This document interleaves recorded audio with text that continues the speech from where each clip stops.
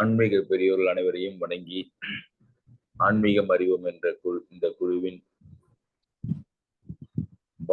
ராமாயணத்தில் பாலகாண்டத்தில் விஸ்வாமித்திரர் ராமர் தலைப்பில் செய்து கொண்டிருக்கின்ற தொடர் சிந்தனையில் வழக்கம் போல் இன்றைய நிகழ்ச்சியை தொடங்குவதற்கு முன் நம்முடைய டாக்டர் ஐயா அவர்களை இறைவணக்கத்திற்கு அன்புடன் அழைக்கின்றேன். வணக்கம் சார். இன்றைய prayer song is on Lord Rama. மூலகும் காணாத உத்தமனாம் ராமன் வானுலகு வரை நிற்கும் இரட்சகனாம். மூலகும் காணாத உத்தமனாம் ராமன் வானுலகு வரை நிற்கும் இரட்சகனாம். சூரியனின் குலத்துதித்த சுந்தரனாம். சூரியனின் குலத்துதித்த சுந்தரனாம் ராமன் நாமமதை நமக்களித்த நாரணனாம். சூரியனின் குலத்துதித்த சுந்தரனாம் ராமன் நாமமதை நமக்களித்த நாரணனாம். மூலகும் காணாத உத்தமனாம் ராமன் வானுலகு வரை நிற்கும் இரட்சகனாம். தருமத்தின் வழி நின்ற மன்னவனாம் நாட்டில் கருணைக்கு இலக்கணமாய் நின்றவனாம்.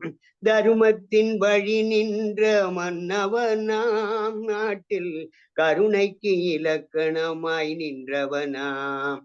பெருமைக்கு மயங்காத பவித்திரனாம். பெருமைக்கு மயங்காத பவித்திரனாம் என்றும் சிறுமைக்குள் சிக்காத சேரியனாம். மூலகும் காணாத உத்தமனாம் ராமன் வானுலகு வரை நிற்கும் இரட்சகனாம். சொல் காக்கவில் கொண்ட நாயகனாம்.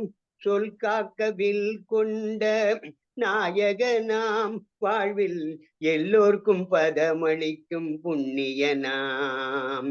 சொல் காக்கவில் கொண்ட நாயகனாம். வாழ்வில் எல்லாருக்கும் பதமளிக்கும் புண்ணியனாம். கல்லார்க்கும் கல்வி தரும் காகுதனாம். கல்லார்க்கும் கல்வி தரும் காகுதனாம். செல்வம் செல்லார்க்கும் செழுமை தரும் ஸ்ரீதரனாம். செல்வம் செல்லார்க்கும் செழுமை தரும் ஸ்ரீதரனாம். மூலகும் காணாத உத்தமனாம் ராமன் வானுலகு வரை நிற்கும் இரட்சகனாம். உளம் கண்டு உறவாடும் அற்புதனாம். உளம் கண்டு உறவாடும் அற்புதனாம். பொழுதில் அளவின்று அருளை எய்யும் ஆதியனாம். உளங்கண்டு உறவாடும் அற்புதனாம். பொழுதில் அளவின்றி அருளை எய்யும் ஆதியனாம். வளமெல்லாம் வளர்விக்கும் விந்தையனாம். வளமெல்லாம் வளர்விக்கும் விந்தையனாம். கண்ணில் குலம் கொண்டு குறை தீர்க்கும் கோதிலனாம். அவன் குலம் கொண்டு குறை தீர்க்கும் கோதிலனாம். மூவுலகும் காணாத உத்தமனாம் ராமன் வானுலகு வரை நிற்கும் இரட்சகனாம். சூரியனின் குலத்துதித்த சுந்தரனாம். சூரியனின் குலத்துதித்த சுந்தரனாம் ராமன் நாமமதை நமக்களித்த நாரணனாம். மூவுலகும் காணாத உத்தமனாம் ராமன் வானுலகு வரை நிற்கும் இரட்சகனாம்.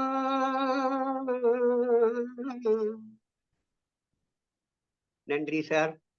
நன்றி நன்றி.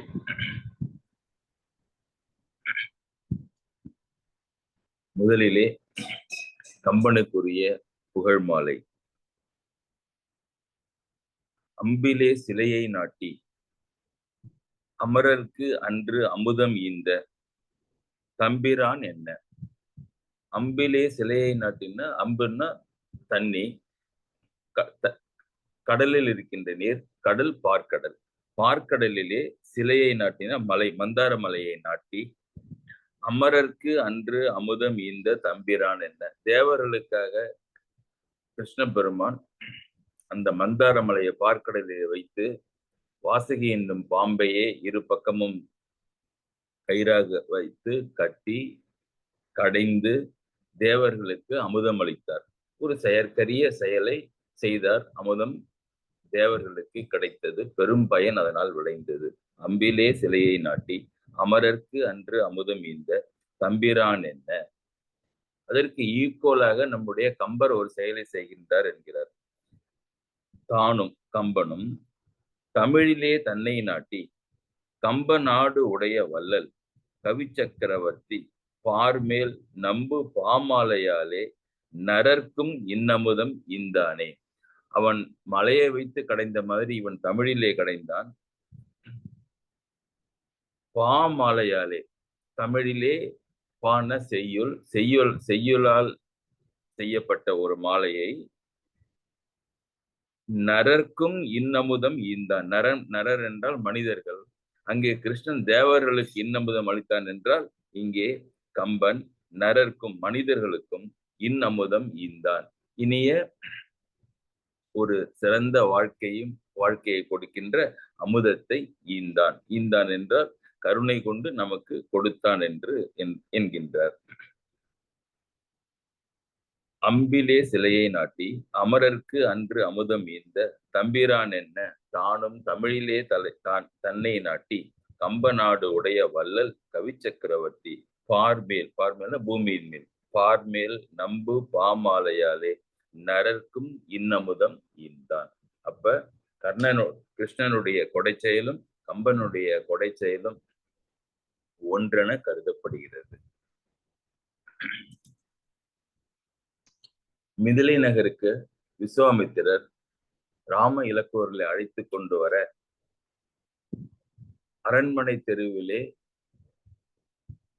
பால்கனியிலே இருந்து கொண்டு சீதை நடுவிலே சென்று கொண்டிருந்த ராமனை பார்த்து தன் மனதை இழந்து காதல் கொள்ள அண்ணலும் நோக்கி அவளும் நோக்க இருவரும் மாறி புக்கு இதயம் எய்த அங்கு தொடர்ந்து நிற்பதற்கு வழி இல்லாமல் முனிவர் சென்று கொண்டிருந்ததனாலே பின்னாலே ராமனும் அதன் பின்னாலே இலக்கோனும் சென்று கண்களில் இருந்து மறைய அப்படியே காதல் வயப்பட்டு நின்று தவித்ததை சீதை தவித்ததை பார்த்தோம்.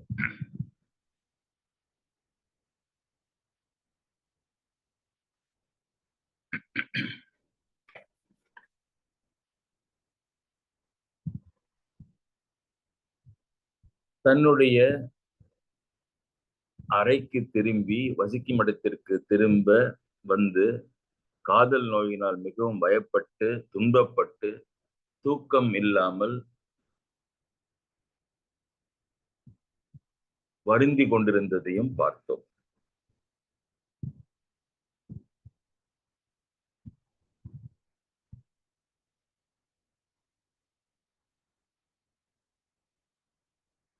சூரியன் மாலை வந்து மறைகின்றார்.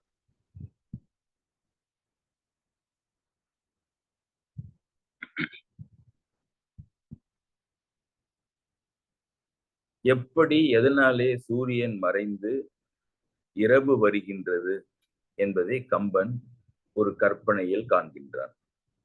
ஒரு காரணம் கண்டுபிடிக்கின்றார்.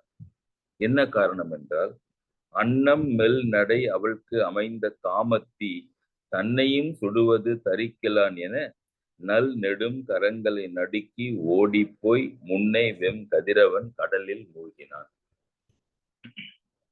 மேற்கு கடலிலே சென்று கதிரவன் மறைவதும் கிழக்கு கடலிலிருந்து கதிரவன் காலையிலே எழுவதுமாக இந்த அக்காலத்திலே கோட்பாடு. அதன்படி கதிரவன் மாலையிலே மேற்கு புறத்தில் இருக்கின்ற கடலில் மறைகின்றான் என்று சொல்ல வந்தார். ஏன் மறைய வேண்டும் அப்படின்னா, ராமனை பார்த்த சீதை காமத்தினால் சுடப்பட்டு, காமதேவனால் சுடப்பட்டு உடலெல்லாம் கொதிக்க கிடக்கின்றாள். அன்னம் மெல் நடை அவளுக்கு. ஒரு நல்ல ஒரு பலசாலியாக இருக்கின்றவர்களுக்கு இந்த மாதிரி ஒரு காமத்தி வந்தா கூட அவங்களால தங்களை கட்டுப்படுத்தி கொள்ள முடியாவிட்டாலும் பொறுத்து கொள்ள முடியும். இவளோ அன்னப்பறவை மாதிரி மென்மையானவள். மெல்நடை, அன்னம் மெல்நடை அவளுக்கு என்று சீதைக்கு அமைந்த காமத்தீ, உடம்பிலே ஏற்பட்ட அந்த காமத்தீயானது அவளை மாத்திரம் சுடாமல் மற்றவர்களையும் சுட்டு, இயற்கையையும் சுட்டு, கடைசியில சூரியனையும் சுடுகின்றதாம். தன்னையும் சுடுவது தரிக்கலான். அப்ப எல்லாவற்றையும் சுடுகின்றது சூரியன்.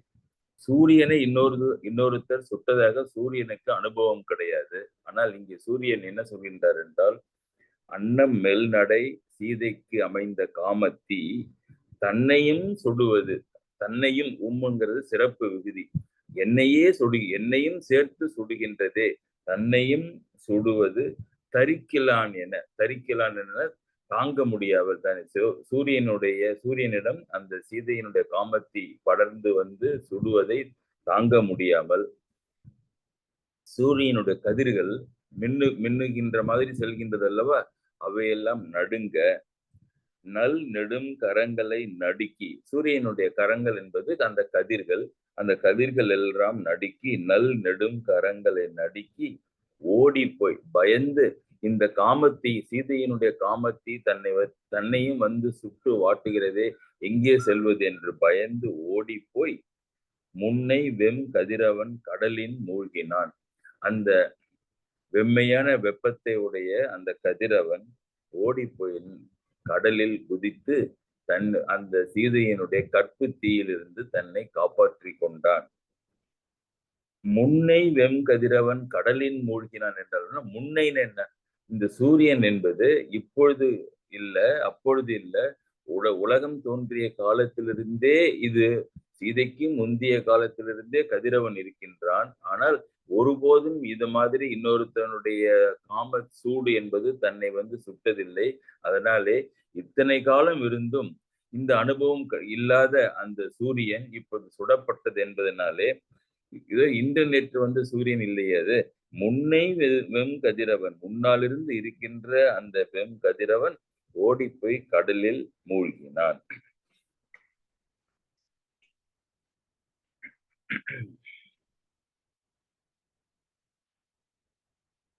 இயற்கையிலே இயல்பாகவே வெப்பத்தை தீயை உடைய சூரியன் இப்பொழுது இப்படி நடுக்குற்று தன்னுடைய கைகளை நடுக்கி கொண்டு ஓடி நீரிலே விழுந்தான் என்றால், சீதையினுடைய அந்த காமத்தினாலே வருகின்ற தீ எப்படி சுடுகின்றது என்பதற்கு நம்மால் கற்பனை பண்ணி கொள்ள முடிகின்றது. எல்லோருமே நெருப்பு பிடித்து எரிகின்ற பொழுது தண்ணீரில் மூழ்கி தன்னை காப்பாற்றிக் கொள்வது மாதிரி இயற்கையாகவே அந்த சூரியனும் அந்த மேற்கில் இருக்கின்ற கடலிலே மூழ்கி தன்னை காப்பாற்றிக் கொண்டார், மூழ்கினார். இப்பொழுது சூரியன் முற்றிலுமாக மறைந்து விட்டது. அப்ப உலகத்துல பூமியில என்ன இருக்கும்? இருள் இருக்கும்.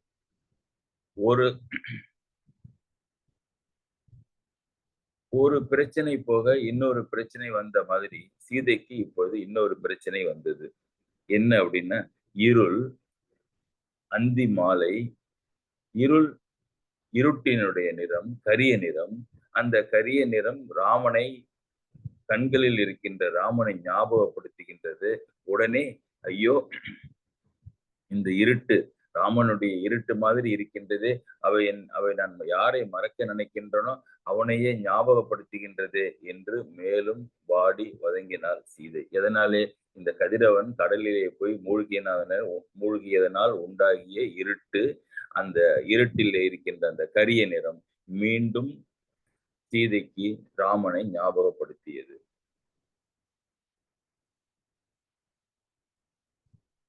இப்பொழுது அவள் கண்களிலே படுகின்ற எல்லா பொருள்களுமே ராமனை நினைவுபடுத்துவதாக வருகின்றது. கடல் கரிய நிறம், அந்த கடலினுடைய கரிய நிறம் கடலோ, மழை கொடுக்கின்றது மேகம், மழை கொடுக்கின்ற மேகம் கருமையாக இருக்கும். மழை மேகமோ, கடலோ, மழை மேகமோ, முழு நீல கல்லோ, நல்ல நீல மணிகள் கருமை நிறமாக இருக்கும்.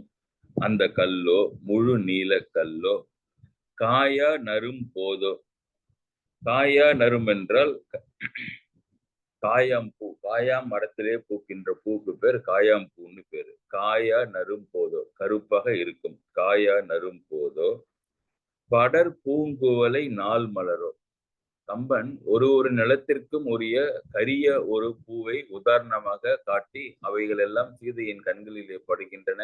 அந்த கரிய நிறம் ராமனை ஞாபகப்படுத்துகின்றது என்று சொல்ல வருகின்ற பொழுது, காயா நரும் போதோ படர் பூங்குவலை நாள் மலரோ, பகலிலே பூக்கின்ற குவளை மலரோ, படர் பூங்குவலை நாள் மலரோ, நீலோர் பழமோ, பானலுங்கிறது மருத நெய்தர் நிலத்திலே பூக்கின்ற கரிய ஒரு பூ.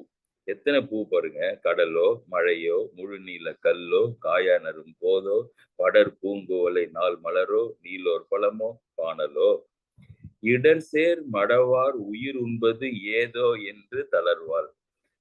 எனக்கு ஒரு பெரிய இடர், ராமனை கண்ணை மூடினாலும் அவனை ஞாபகப்படுத்துவதற்காக உலகத்திலே இத்தனை பொருள்கள் என்னை துன்புறுத்துகின்றனவே, இதில் எது என்னை அதிகமாக துன்புறுத்துகின்றது என்று தெரியவில்லையே.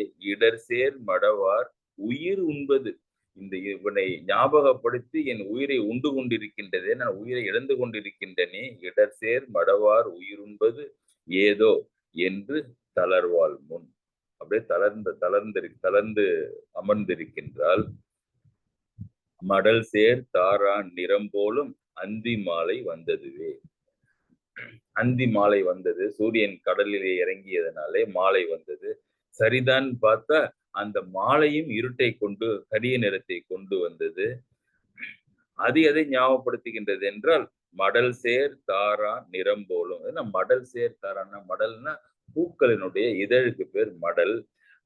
அந்த இதழ்களை சேர்ந்த நெருக்கமாக கட்டிய மாலையை அணிந்த ராமன், மடல் சேர் தாரான் நிறம் போலும், அந்த ராமனுடைய நிறத்தை மாதிரி அந்தி மாலை வந்ததுவே, இருட்டு சேர்ந்தது. இதுவரை மனம் கலங்கி வீட்டிற்குள்ளேயே இருந்து ராமனை நினைத்துக் கொண்டிருந்தவள் இப்பொழுது பொதுவாக வெளியே என்ன இருக்கின்றது என்று பார்க்கலாம் என்று பார்த்தால், அந்த இருட்டும் இந்த பூக்களும் மழையும் மழை மேகமும் எல்லாம் சேர்ந்து மீண்டும் மீண்டும் அந்த கரிய நிறத்து ராமனை தனக்கு காட்டிக் கொண்டிருக்கவே அவள் முன்பு எப்பொழுதும் இல்லாத மாதிரி மிகவும் தளர்ச்சியடைந்தாள். இவனை நாம் என்று பார்ப்பது, என்று இவனுடன் சேர்ந்து லயிப்பது என்று தளர்ந்து போனாள் சீதை.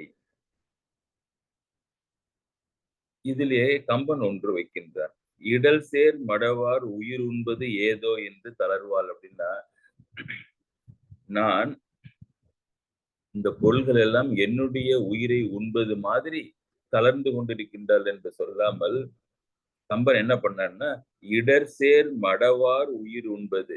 இடல்னா துன்பம், துன்பத்தை சேர்க்கின்றது. யாருக்கு அப்படின்னா, மடம்னா பெண்கள். மடவார் உயிர் உண்பது, எல்லா காமத்தினால், அன்பினால், காதலினால் ஆட்பட்ட எல்லா பெண்களுமே இப்படித்தானே வருந்துகின்றார்கள். தங்களுக்கு இஷ்டப்பட்டவர்களுடைய நிறத்தையும் உருவத்தையும் நினைவூட்டுகின்றது எல்லாம் வருகின்ற பொழுது இவர்கள் எல்லாம் இப்படி இந்த பெண்கள் தளர்ந்து போகின்றார்களே. இடர் சேர் மடவார் உயிர் உண்பது ஏதோ என்று தளர்வாள். இப்படி பொது இடர் சேர் உயிர் என்பது மடவார் என்று எல்லா பெண்களுக்கும் பொதுவாக கம்பன் கூறி சென்றான்.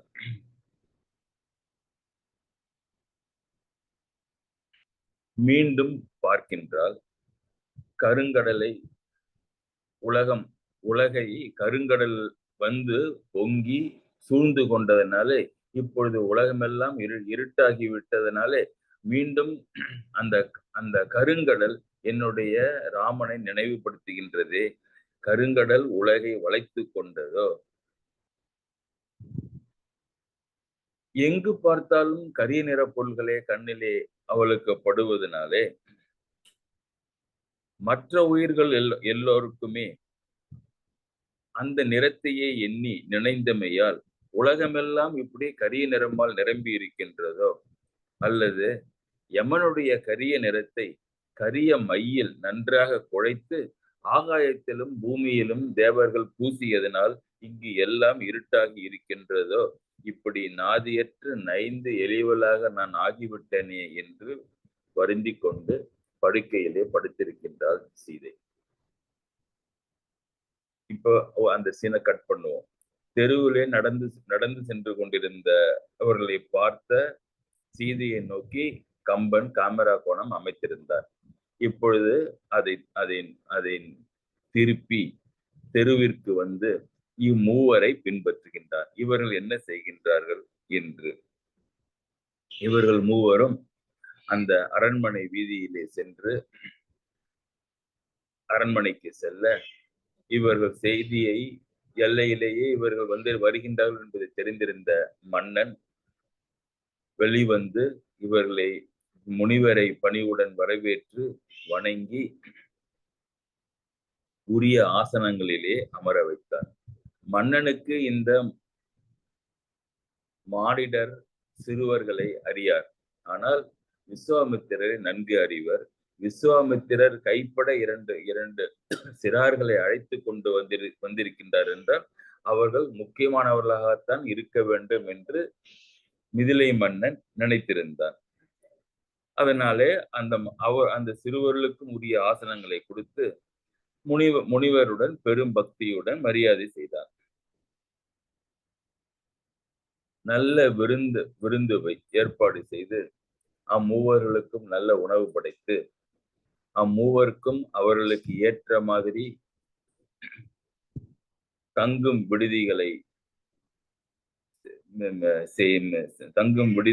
விடுதிகளிலே அவர்களை ஏற்பாடு செய்து அவர்களை தங்குவதற்கு ஏற்பாடு செய்து அனுப்பி நாளை காலை அரண்மனைக்கு வாருங்கள் என்று சொல்லி அனுப்பினான் அரசன். இவர்கள் மூவரும் அவர்களுக்காக ஒதுக்கப்பட்ட அரண்மனையினுடைய தங்குமிடத்திலே செல்ல இவர்களை பார்ப்பதற்காக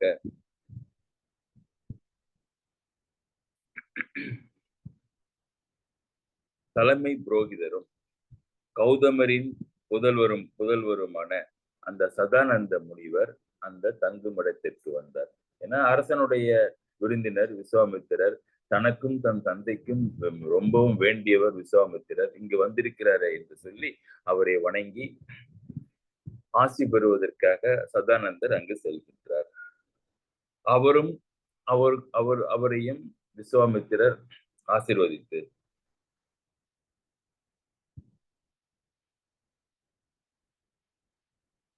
அவருக்கு அருகில் இருந்த ராமரை அறிமுகப்படுத்துகின்றார். கௌதமருடைய மகனும் இதுவரை ராமனை பார்த்ததில்லை என்ற காரணத்தினாலே ராமர் யார் என்பதை விஸ்வாமித்திரர் அந்த ஜனக மகாராஜாவுடைய புரோகிதருக்கு சதானந்தருக்கு அறிமுகப்படுத்துகின்றார். இப்ப எப்படி அறிமுகப்படுத்தியிருப்பாங்க? இந்த ராமரை காட்டி இவர் யார் தெரியுமா? அயோத்தியில இருக்கின்றார பெரிய தசரத சக்கரவர்த்தி, அவருடைய முதல் மகன், அவருக்கு பிறகு பட்டத்திற்கு வர தகுதியுடைய மகன் என்று அயோத்தியினுடைய சிறப்பை எல்லாம் சொல்லி அச்செல்வத்திற்கு எல்லாத்திற்கும் அதிபதியாக வர இருக்கின்றவன், இப்படி ரகுவம்சத்திலே பிறந்தவன் என்று பலவாறு ராமனை புகழ்ந்து விஸ்வாமித்திரர் அந்த சதானந்தருக்கு அறிமுகப்படுத்தி இருக்கலாம். அது ஒரு சாதாரண அறிமுகம். சதானந்தர் மாதிரி ஒரு விஸ்வாமித்திரர் மாதிரி ஒரு பெரிய அறிஞன் அச்செயலை செய்ய மாட்டார். எப்படி செய்தார் என்றால், ஒருவன் யார், அவன் பெயர் என்ன, அவன் அவன் அவனுடைய செல்வம் என்ன, அவன் எங்கு பிறந்தான் என்பதல்ல ஒருவனை நம்ம எல்லாம் அப்படிதான் செய்யறோம். நம்ம ஒருவனை அறிமுகப்படுத்துவதற்கு இவன் என்ன செய்தான், இவன் என்ன சாதித்தான் என்ற செய்தியை சொல்லி அறிமுகப்படுத்துவதுதான் அவனுக்கு சிறப்பு என்பதை அறிந்திருந்த விஸ்வாமித்திரர் இப்பொழுது ராமனை காட்டி, படித்த மாதவ கேட்டி, தவம், மாதவம்னா பெரிய தவம், வடித்த மாதவம்னா அந்த சதானந்தரும் இந்த தவம் செய்வதிலே சளைத்தவர் அல்ல.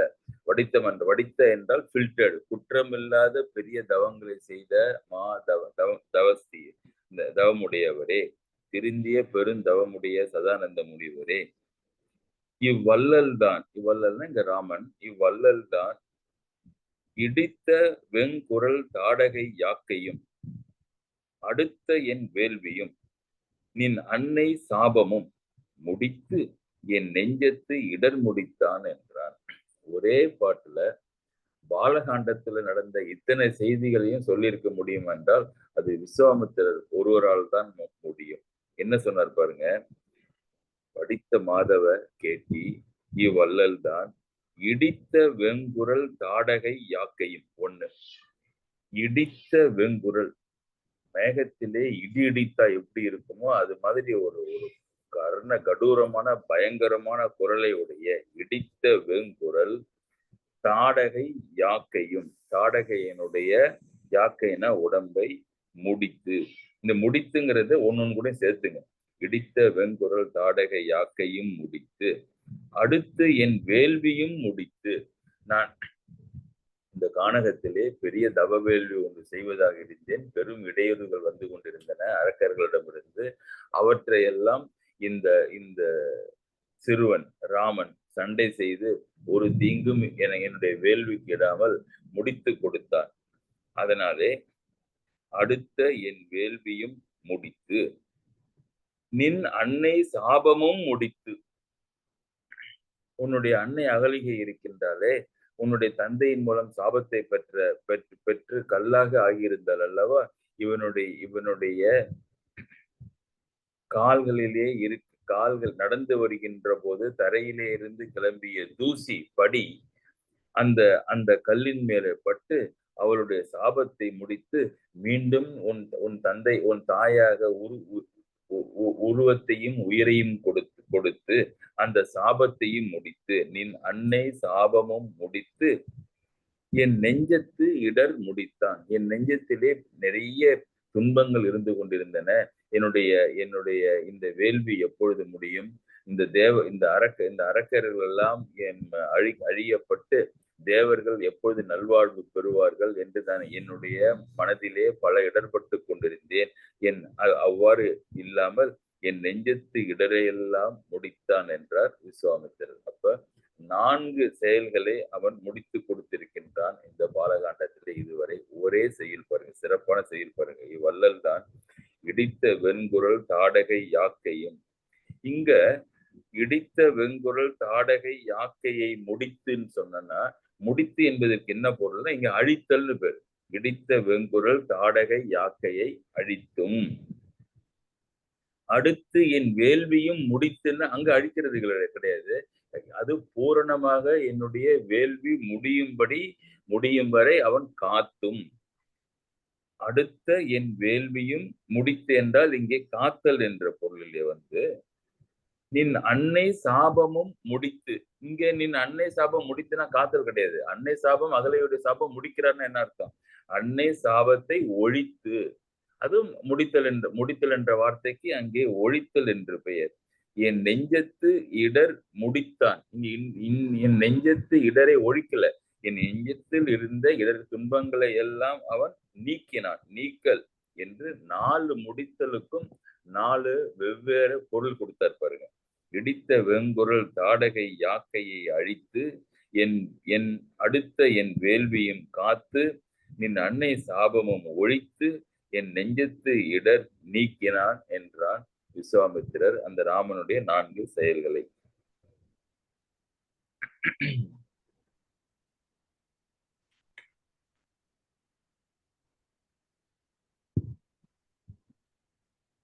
இவன் எப்படி முடித்தான் என்றால் அதற்கும் நிறைய ஒரு குழு கொடுக்கிறார்.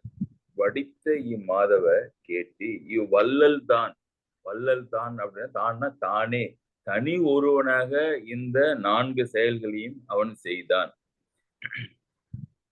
என்று அவனுடைய எதையுமே துணை ஏதும் இல்லாமல் தனியாக பூர்த்தி செய்து கொடுக்கின்ற திறமையை காட்டினார். அவனுடைய செயல்களுடைய பெருமையை உணர்த்துகின்ற பொழுது எதனால இந்த 4 செயல்களுக்கும் அவ்வளவு சிறப்புடையது என்று முனிவர் பட்டியலிடுகின்றார் என்றால், அந்த தாடகையை முடித்தது யாரும் அதுவரை செய்ய இயலாத, ஆடவர் எவரும் செய்ய இயலாத ஒரு செயலை செய்ததால் அதை வியந்து போற்றி அவனுடைய வீரச் செயலை தெரியப்படுத்தினார். ராமனுடைய வீரச் செயலை அந்த தாடகை முடித்தது காட்டியது. வேள்வியை காத்தது என்பது எளியவர்களும் நல்லவர்களும் தர்மத்தின் வழி வாழ்கின்றவர்களும் எந்த செயலை செய்து எப்படி இருந்தாலும் அவர்களை காக்கின்றவன் பரம்பொருள், அவன் தர்ம பரிபாலனன் என்பதை காட்டுவதற்காக நல்லவர்களை காப்பவன் இவன் இந்த ராமன் என்று அவனுடைய அந்த செயலை விளக்கியது. வீரத்தை விளக்கியது, தர்மத்தை காப்பதை விளக்கியது. சாபம் ஒழிந்தது என்பது அது மனிதனால் செய்யத்தக்க காரியம் அல்ல, இறைவனால் செய்ய வேண்டியது. அதனால் அந்த சாபத்தை நீக்கி மீண்டும் பழைய பெண்ணுருவத்தை அகலியைக்கு கொடுத்தது என்பது அவனுடைய தெய்வத்தன்மையை காட்டியது. மாதவர் இடர் நீக்கியது என்பது இந்த விஸ்வாமித்திரர் தான் ராமருக்கு ஆசிரியராக இருந்து பல வித்தைகளையும் மந்திரங்களையும் சொல்லிக் கொடுத்து குருவாக ஏற்றுக்கொண்டதனாலே இவன் இந்த குரு விரும்பியதெல்லாம் செய்து காட்டியதனாலே அவனுடைய குரு பக்தியை மற்றவர்களுக்கும் உலகத்திற்கும் புலனாக்கியது. இப்படி வீரம், தர்மத்தை காத்தல், தெய்வத்தன்மை, குரு பக்தி என்ற அந்த 4 செயல்களின் உள்ளே அமைந்திருக்கின்ற அந்த கொள்கைகளை அந்த விஸ்வாமித்திரர் இவ்வாறு சுகுசமாக சொன்னார். இப்படி எல்லோருக்கும் உதவி பண்ணியதனாலே ராமனை இவ்வள்ளல் என்று முதலிலே பெயர் வைத்தார் விஸ்வாமித்திரர். கல்லுக்கும் உயிரளித்தார் அல்லவா, அது உண்மையிலேயே வள்ளல் தன்மைதான். ஒண்ணு கவனிக்கணும், விஸ்வாமித்திரர் ஆசிரியர். இந்த சதானந்தர் பெரும் புரோகிதர், பெரும் கற்றறிஞர், பெரிய நிலையிலே ஜனகருடைய அரண்மனையிலே இருக்கின்றார். ராமர் தன்னுடைய மாணவர். எடுத்த உடனேயே தன்னுடைய மாணவனை பற்றி இத்தனை அருமையான ஒரு புகழுரையை எந்த ஆசிரியர் செய்வார்? ஒரு ஆசிரியர் இக்காலத்திலே எப்படி மாணவரை புகழ்வதற்கு மனம் வர மாட்டேகின்றது. நான் சொல்லிக் கொடுத்தேன், நான் கற்றுக் கொடுத்தேன், நான் இந்த வித்தைகளை பயிற்றுவித்தேன் என்று பெருமைப்படுகின்றார்கள் ஒழிய, அந்த மாணவனே தனக்காக தன்னை பற்றி தனக்கு இது தெரியும் என்று சொன்னால் கூட இவன் கோவப்படுகின்றான். நான் சொல்லிய வித்தை என்று என்ற நிலைக்கு ஆசிரியர்கள் நினைத்துக் கொண்டிருக்கின்ற சமயத்திலே இங்கே விஸ்வாமித்திரர் என்ற ஆசிரியர் தன்னுடைய மாணவனை பற்றி தனக்கு அதிலே என்ன ஒரு ரோல் இருக்கின்றது என்பதை கூட தெரியப்படுத்தாமல் இவன் என்னுடைய மாணவனாகி இவன் இத்தனை சீரியவனாக இருக்கின்றானே என்று அந்த சதானந்தருக்கு விவரித்தார் என்றால், இந்த மாதிரி ஒரு ஆசிரியரை ராமன் பெற்றது என்பது, ராமன் நமக்கெல்லாம் பாக்கியம் என்றால் ராமனுக்கு பாக்கியம் அந்த விஸ்வாமித்திரரை ஆசிரியராக பெற்றது. எத்தனை இடங்களிலே விஸ்வாமித்திரர் ராமனுடைய திறமைகளையும் குண விசேஷங்களையும் பாராட்ட போகின்றார் பாருங்க. இன்னும் அடுத்த 2-3 நிகழ்ச்சிகளிலேயே இந்த பாராட்டுகள் தொடர்ந்து வந்து கொண்டிருக்கின்றது. நமக்கு பெரும் மகிழ்ச்சியை அளிக்கின்ற ஒரு நிகழ்ச்சி. அந்த ஆசிரியர் அந்த மாணவன் மேல் வைத்திருக்கின்ற அந்த அன்பை காட்டுகின்றது.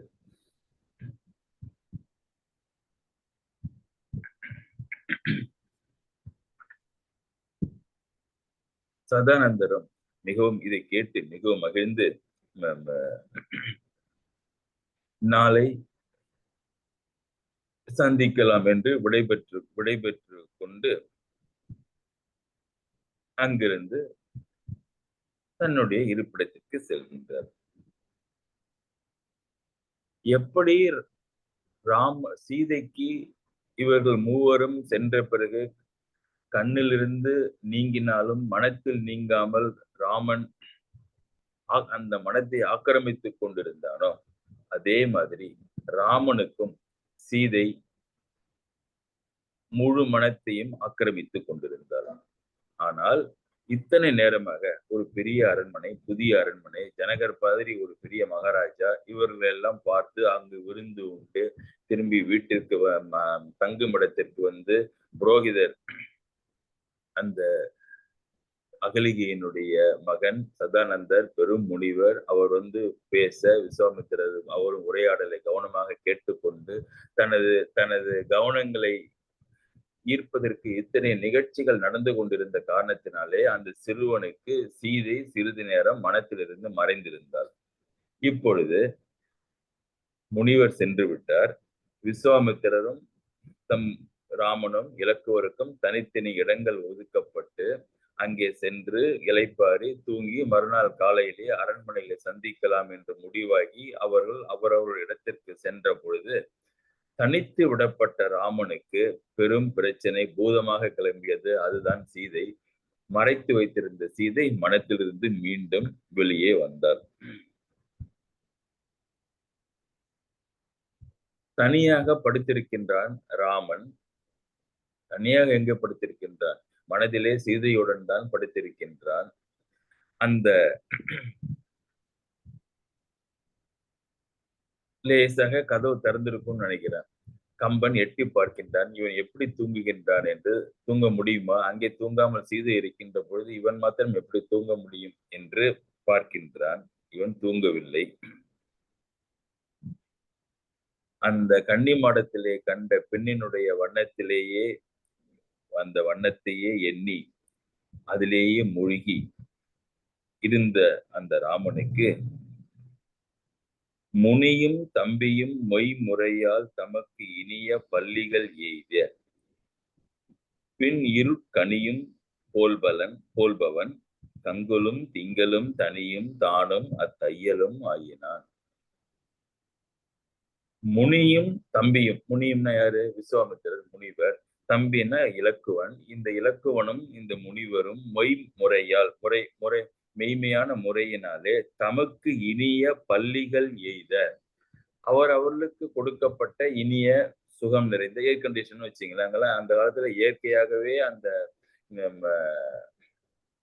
அந்த அறைகள் அமைக்கப்பட்ட விதத்திலே அலங்கரிக்கப்பட்ட முறையிலே குளிர் நாட்களிலே வெப்பமாகவும் வெப்ப நாட்களிலே குளிராகவும் தோன்றி சமநிலைப்படுத்துகின்ற அந்த இனிய அதுவும் அரசன், பெரிய மிதிலை நகரத்து அரசன், அவனுடைய விருந்தினர்களுக்கு கொடுக்கப்பட்ட இடம் எப்படி இருக்கும்?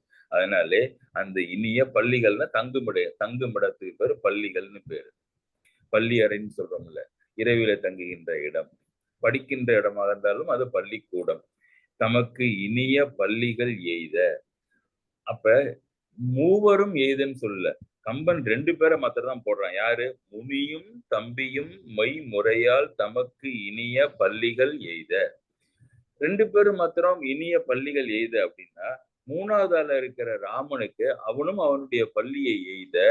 ஆனால் அன்பார்ச்சுனேட்லி சொல்லாம என்ன சொன்ன கம்பன்னா, இனிய என்கிற வார்த்தை 2 பேருக்கு தான் போட்டாங்கிறதுனால இனிய அல்லாத துன்பமே கொடுக்க இருக்கின்ற அந்த பெட்ரூமை ராமர் அடைகின்றான். முனியும் தம்பியும் ஏன் 2 பேரை போட்டான்? அந்த 2 பேருக்கு எழுதின இடத்திலே என்ன அடைமொழி போட்டார்னு பார்த்தாலே 3வது ஆள் ஏன் மிஸ்ஸிங் தெரியுது பாருங்க. முனியும் தம்பியும் மொய்முறையால் தமக்கு இனிய பள்ளிகள் எய்த ராமன் இனிமையில்லாமல் இருக்கின்ற தனக்கு கொடுக்கப்பட்ட பள்ளியை அவன் எய்த. பின் இருட்கனியும் போல்பவன். ராமனுக்கு இந்த பாலகாண்டத்திலே அவனுடைய கருமையை போற்றப்படுகின்ற இதை பார்த்தோம்னா நமக்கே மலைத்து விடும். இருள் இருள் அவன் கரெக்ட். இருள் கனியும் போல்பவன்னா ஒரு காய் இருக்கின்றத வச்சுக்க, அதனுடைய நிறமும் வண்ணமும் மனமும் எப்பொழுது அதிகரிக்கும்? அந்த காய் கனியாக ஆன பொழுதுதானே வடிக்கும். இன்னும் அதிகம் பரிமளிக்கும் தன்னுடைய தன்மையிலே. கரிய காயை விட அது இன்னும் கனிந்து அதனுடைய தன்மையும் நிறத்தையும் இன்னும் மெருகேறி இருக்கின்ற கனி மாதிரி, இருள் கனி மாதிரி, இருள் கனியும் போல்பவன். போல்பவன் யாரு? ராமன். கங்குலும் திங்களும் தனியும் தானும் அத்தையலும் ஆயினான். இப்ப அவனுக்கு இதுவரை துணையாக இருந்து சீதையை மறக்க வைப்பதற்கு 2 பேர் இருந்தாங்க. ஒருவர் விஸ்வாமித்திரர், அவர் பின்னால பயந்துட்டே போயிருப்பான் ராமன். அன்புடன் பாசத்துடனும் இலக்குவனை பார்த்து கொண்டிருந்திருப்பான். அதனாலே ஓரளவுக்கு அவனால் சீதையை மறக்க முடிந்தது. இப்ப அவங்க 2 பேரும் இனிமையாக தங்களுக்கு அமைக்கப்பட்ட படுக்கை அறைக்கு சென்ற காரணத்தினாலே 2 துணைகள் சென்று விட்டன. பட் இது இன்னும் எரிகின்ற இதுல இன்னும் நெய்ய ஊத்துற மாதிரி இந்த 2 துணைகள் போக புதிய 4 துணைகளை ராமன் பெறுகின்றான். அன்பார்ச்சுனேட்லி அந்த 4 துணைகளும் சீதையை மறக்கடிப்பதற்கு பதிலாக சீதையை இன்னும் அதிகம் நினைவுபடுத்துகின்றன ராமனுக்கு. அது என்ன 4 துணை? கங்குலும் திங்களும் தனியும் தானும் அத்தையலும் ஆயினான். கங்குலும்னா என்ன? கங்குல்னா இரவு. கங்குலும் கங்குல் ஏன் அந்த அந்த சீதையை நினைவை அதிகப்படுத்துகின்றது என்றால், காதலர்களுக்கு இரவு அந்த காதலை அதிகப்படுத்துகின்ற ஒரு உணர்ச்சியை கொடுக்கின்றது. அதனாலே நம்ம பார்த்தோம்ல, அந்த கதிரவன் கடலிலே சென்று மூழ்கியதனாலே இரவு வந்தது என்று. அந்த அந்த இரவு ராமனுக்கு அந்த காதல் உணர்ச்சியை அதிகப்படுத்தியது. கங்குலும் திங்களும். திங்கள் என்றால் சந்திரன். சந்திரனும் காதலர்களுக்கு ஒரு ஒரு ஒரு ஒரு நன்மை செய்கின்ற ஒன்று. நல்ல குளிர்ச்சியை கொடுத்து அவருடைய மனநிலையை இன்பமாக்குகின்றது. ஆனால் இங்கே சீதையை விட்டு பிரிந்திருக்கின்ற காரணத்தினாலே அந்த சீதையை நினைவுபடுத்தி துன்பத்தை அதிகப்படுத்துகின்றது. இந்த துணை துன்பத்தை அதிகப்படுத்துகின்றது ராமனுக்கு. கங்குலும் திங்களும் தனியும். தனிமை. இந்த இந்த தனி அறையிலே விடப்பட்டதனாலே இந்த முனிவரும் இலக்கோணம் இருந்திருந்தால் ஓரளவுக்கு அவன் சீதையை மறந்திருப்பான். அவ்வாறு இல்லாமல் நமக்கு எல்லாருக்கும் நடக்கிற நிகழ்ச்சி தானே. நாம் தனிமைக்கு விடப்பட்டால் எதை நாம் நினைத்து வருந்தப்படக்கூடாது என்று நினைத்துக் கொண்டிருக்கின்றோமோ அந்த நினைவே நம்மை வந்து மனதிலே ஏறி வருத்தும். இல்ல என்ன சைக்காலஜி பாருங்க கம்பனுக்கு. கங்குலும் திங்களும் தனியும் தானும் அத்தையலும் ஆயினான். அந்த அந்த தையல் என்றால் பெண். அந்த தையலையே நினைத்து கொண்டிருந்த காரணத்தினாலே அந்த தையலாகவே ஆகிவிட்டான். கங்குலும் திங்களும் தனியும் தானும் அத்தையலும் ஆகினான். அந்த தையலை நினைவுபடுத்தவில்லை. நான் நேரமாக ஆக அவனே அந்த தையலாக ஆகிவிட்டன. 2 துணைகள் இருந்தவரை மறந்திருந்த ராமன் இப்பொழுது இந்த 4 வேண்டாத துணைகள் வந்து அவனை சேர்த்து அந்த சீதையினுடைய எண்ணத்தை அதிகப்படுத்தி அவனை துன்புறுத்தின.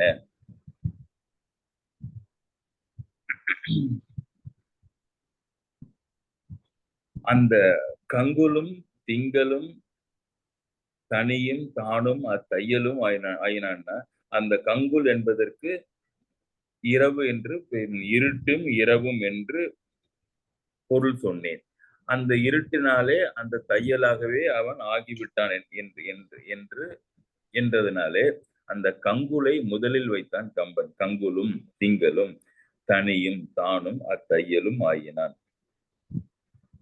அந்த இருளே அந்த தையல் வடிவமாக ஆகியது என்பதற்கு எங்கே அந்த கம்பனுக்கு இந்த பாயிண்ட் கிடைச்சது அப்படின்னு சொன்னா, நம்மாழ்வார் 4000 திவ்ய பிரபந்தத்திலே ஒரு செய்யுள். ஓர் இருள் அன்ன மாமேனி எம் இறையார். ஓர் இருள் அன்ன மாமேனி எம் இறையார். ஒரு இருளாகவே என்னுடைய இறைவன் ஆகிவிட்டான். அவனுடைய திருமேனி இருள் மாதிரி கரிய நிறம் இல்லை அப்படிங்கிறார். ராமன் இத்தனை வரை இருட்டு மாதிரி ஒரு கரிய நிறமுடையவன் என் ராமன் சொன்னா, அங்க நம்மாழ்வார் என்ன சொல்றாருன்னா, இல்ல அந்த இருளேதான் அவன்கிறாரு. ஓர் இருளன்ன மாமேனி எம் இறையார். என்னுடைய இறைவன் இருளை போன் இருளாகிய எம் இருள்தானே ஒரு வடிவம் கொண்டார் போல் ஆயினான் என்னுடைய இறைவன். அதனாலதான் கங்குலும் ஆயினான், திங்களும் ஆயினான், தனியும் தானும் அத்தையலும் ஆயினான். அந்த அந்த அந்த நான்காகவே ஒவ்வொன்றாகவும் ஆகிவிட்டான் அந்த ராமன். இப்படி ஒருத்தவன் வருந்தி கொண்டிருந்தால் அவன் தூக்கம் வருமா? கண்டிப்பாக வராது. எப்பொழுது படுத்தான், எப்பொழுது தூக்கம் படுத்திருந்தது தெரிகிறது, எப்பொழுது கண்ணை மூடினான், துயரத்திலிருந்து நீங்கி அவனுக்கு அந்த உறக்கம் அணைத்து கொண்டது என்பது கம்பனுக்கும் தெரியவில்லை, யாருக்கும் தெரியவில்லை. ஆனால் ஏதோ ஒரு நேரத்திலே சூரியன் வர வேண்டும் அல்லவா? சூரியன் லேசாக உதிக்கின்றது. ராமன் எப்பொழுதும் விடியற் காலையிலே எழுந்து வேதங்களை படிப்பதற்காக தன்னுடைய சகோதரர்களுடன் முனிவருடைய இல்லத்திற்கு சென்றிருப்பான். இன்று என்னவோ தெரியவில்லை, காலை சூரியன் வந்தும் அவன் கண் திறக்கவில்லை. அத்தனை நேரம் அவன் தூங்காமல் இருந்திருக்கின்றான். ஜன்னல் வழியாக அந்த சூரியனுடைய கதிர்கள் உள்ளே புகுகின்றன, அவனுடைய கால்களிலே படிந்தன.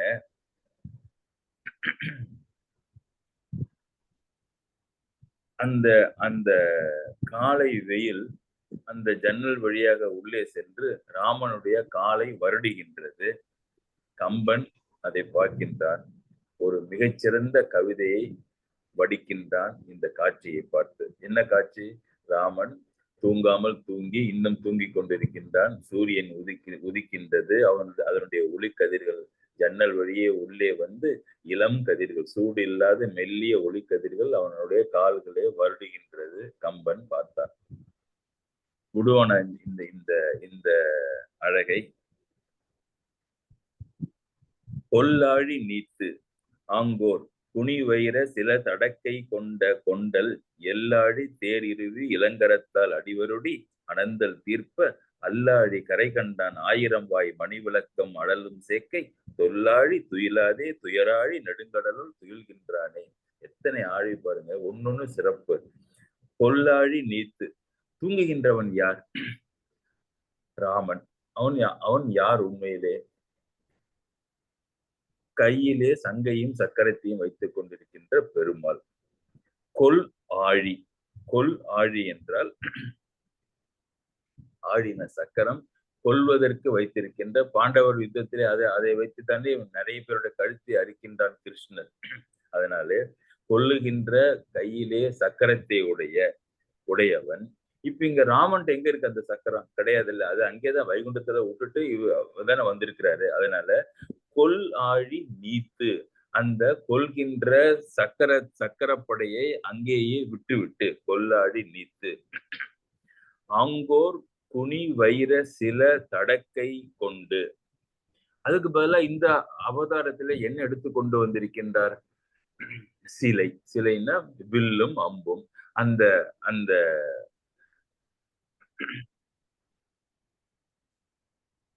கோதண்டம் என்ற வில்லை தன்னுடைய மலை போன்ற பெரிய தோள்களை தாங்கிக் கொண்டு ராமனாக இங்கே அவதரித்து கொல்லாழி நீத்து, சக்கரப்படையை நீத்து, அங்கு ஓர் குனி வைர சிலை தடக்கை. வைரம்னா என்ன? வைரம்னா மிகவும் கடுமையான ஒன்று. அந்த மாதிரி மிகவும் வலிமையுடைய வளைந்த குனினா வளைந்த, வைரம்னா கடுமையான வலிமையான சிலை, வில் தடக்கை கொண்டு தன்னுடைய மலை போன்ற உயர்ந்த தோள்களிலே கொண்டு. யாரு? கொண்டல் வண்ணன். கொண்டல்னா என்ன? கொண்டல்னா மழை மேகம், அதனால மேகவண்ணன். அந்த அந்த சிலை தடக்கை கொண்ட கொண்டல் மேகவண்ணன். எல் ஆழி தேர் இரவி இளங்கரத்தால் அடிவருடி. எல் ஆழி தேர் இரவி. எல் ஆழினா ஒரு சக்கரத்தை உடைய, தேர் சக்கரத்தை உடைய. சூரியனுக்கு என்ன பொருள் என்றால், அவர் வருகின்ற தேருக்கு ஒரு சக்கரம் தான் இருக்குன்னா, அவரும் தரையில ஓட்டுறது இல்லையா தேரு. எல் ஆழி தேர், ஒரு சக்கரத்தை உடைய ஒளி பொருந்திய சூரியனுடைய தேர் இரவின சூரியன் இளம் கரத்தால் அடி வருடி. அந்த ஒரு ஜன்னல் வழிய அந்த நடு உச்சி வெயிலா இருந்ததுன்னா அது இளம் கரம் கிடையாது, அது அப்படியே செங்கரம், ரொம்ப கொடுமையான அந்த சூரியனுடைய ஒளி ராமன் மேல பட்டிருந்தா கூட கம்பன் அழுதிருப்பான். அது மாதிரி இல்லாத காரணத்தினாலே இங்கே இளம் கரத்தால் அப்படியே இந்த காலை வெயில் அப்படியே மெது வெளிச்சம் மாத்திரம் இருக்கின்றது, சூடு இன்னும் படாத அந்த ஏறாத அந்த இளம் கரத்தால் அங்கே சீதையனுடைய சூடு தன்னையும் வாட்டுமே என்று பயந்து நடுக்கி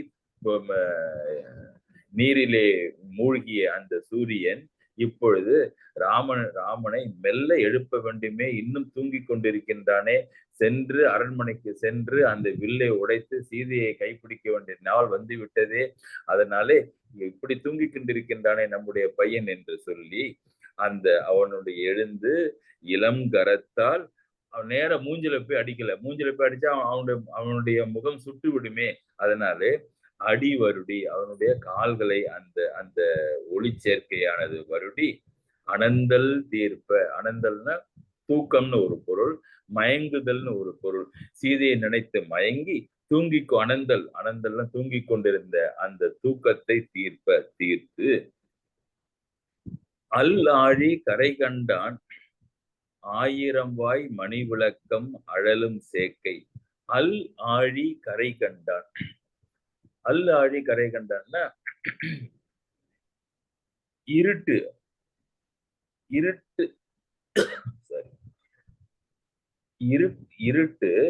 அந்த இருட்டினுடைய எல்லையும் கண்டவன் நம்முடைய ராமனுடைய நிறம், அதனாலே அந்த இருட்டையும் ஆட்கொண்டவன்.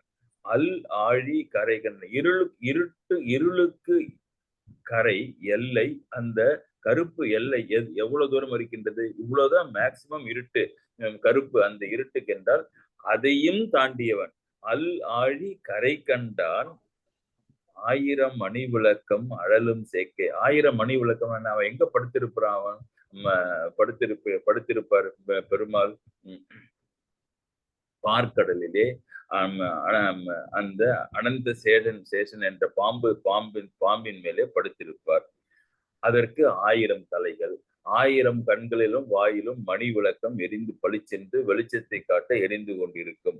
1000 மணி விளக்கம் அழலும் சேக்கை தொல்லாழி துயிலாதே. இப்படி 1000 தலைகளை உடைய மிக சிறப்பான அந்த பாம்பனை அந்த அரவணையின் மேலே படுத்து அழகாக பஞ்சனை மாதிரி இருக்கின்ற அதிலே தொல்லுனா தொன்மையான, ஆழினா கடல், அந்த பழமையான சிறப்பான அந்த கடலிலே அந்த பாம்பின் மேலே துயிலாதே, அங்கே படுத்து தூங்காமல் துயராழி நெடுங்கடலுள் துயில்கின்றானே. இந்த துயரம் என்பதை பொதுவாக கடலுக்கு ஓமையாக சொல்வார்கள். எதனால் அப்படின்னா கடல் மிகவும் ஆழமானது, முடியாது. அது மாதிரி இந்த மனிதனுக்கு வருகின்ற துயரங்களும் ஒண்ணு மாத்திரி ஒண்ணு, அந்த அலைகள் வந்து கொண்டிருக்கின்ற மாதிரி ஒரு துயரம் போனால் இன்னொரு துயரம், அப்படி எப்பொழுதுமே துயரத்திற்கு எல்லை இல்லாத காரணத்தினால துயரத்தை கடலுக்கு ஓமையாக சொல்கின்றவர்கள். துயராழி நெடுங்கடலுள் துயில்கின்றானே. இப்படி தொல்லாழியில் துயிலாமல் துயராழியில் நெடுங்கடலில் துயில்கின்றானே. அப்பா அந்த துயிலிலிருந்து எழுந்திரு என்று தன்னுடைய இளம் கரத்தால் அடிவருடி அவனுடைய தூக்கத்திலிருந்து எழுப்பியதாம் அந்த கதிரவன். வெப்பம் குறைந்த இளம் சூடுடைய கரணங்களால் தன்னுடைய பாதங்களை தடவி கொடுத்து தன்னுடைய மயக்கத்தையும் தூக்கத்தையும் அந்த சூரியன் ஏன் செய்தது என்றால், இவன் ரகுகுலத்தினுடைய குலத்திலே பிறந்தவன் தானே இந்த சிறுவன். பின் எல்லோருக்கும் ரகுகுலம் என்றால், ராமன் என்றால் ரகுகுலம் என்று பெயர் விளங்கப் போகின்ற காரணத்தினாலே இப்பொழுதே அந்த சூரியன் இவனுக்கு அப்படி ஒரு உதவி செய்தது. எப்பொழுதுமே இரவி எழுமுன் எழுகின்ற ராமன் அன்று விடிந்தும் விழிக்காமல் கிடைக்கின்றதுனால தான் அந்த சூரியனுக்கு இப்படி ஒரு அக்கறை வந்து இவன் எங்கே சீதையை கோட்டை விடுவானோ என்று நினைத்ததோ என்னவோ தன்னுடைய இளம் கரத்தால் அவனுடைய அடிவருடியது. அந்த அல்லாழியில்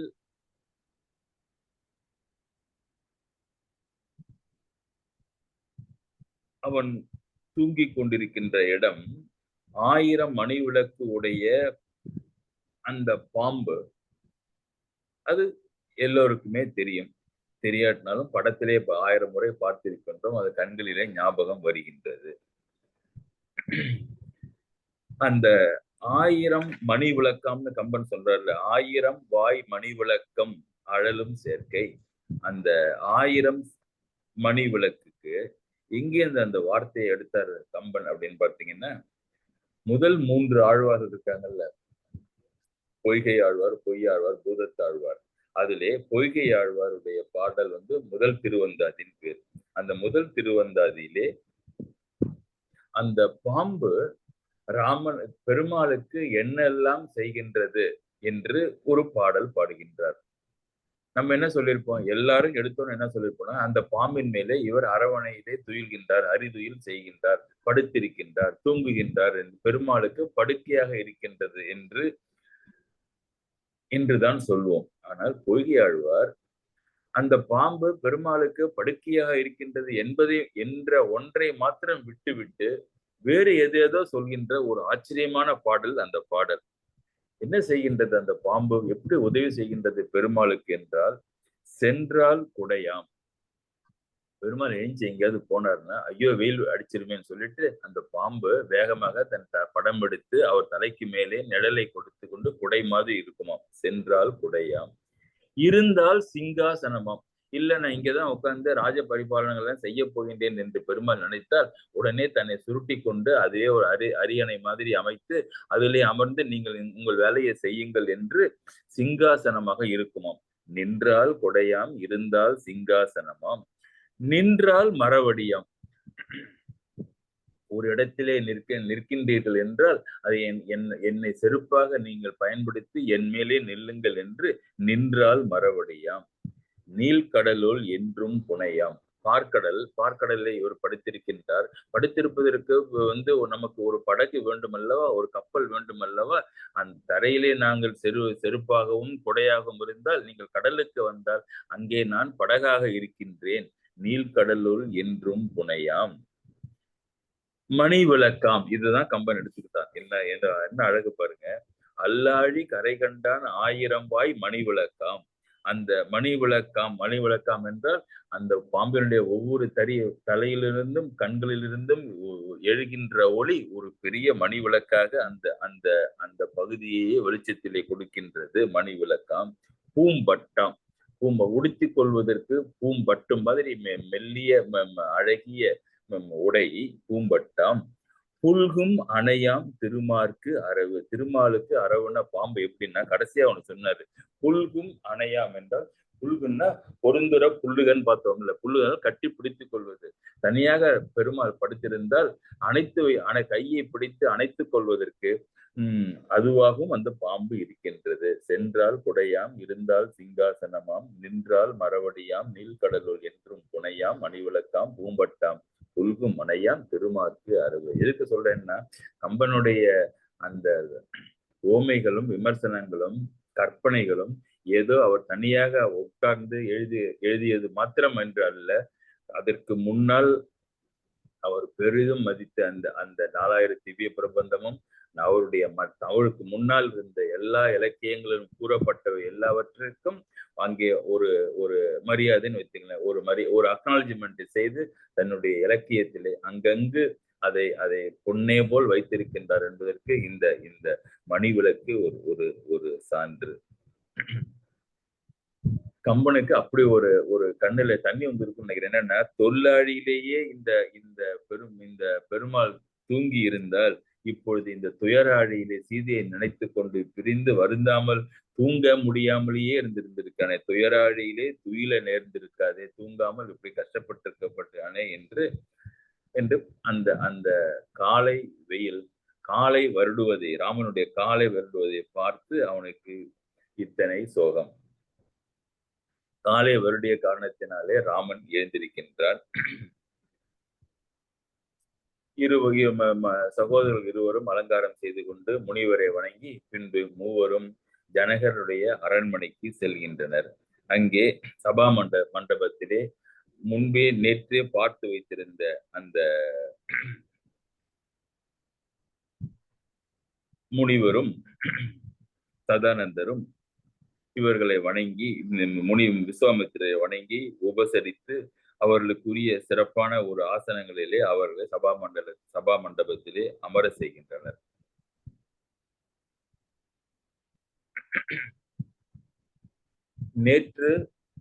நேற்றும் அரசன் பார்த்தும் உபசரித்து உடனேயே அவர் தங்குகின்ற இடத்திற்கு அனுப்பிவிட்ட காரணத்தினாலே பழக்கம் ஏதும் இல்லாத அந்த முன்பு பழகிய பழக்கம் ஏதும் இல்லாத ஜனக மகாராஜா இப்பொழுது விஸ்வாமித்திரரை பார்த்து,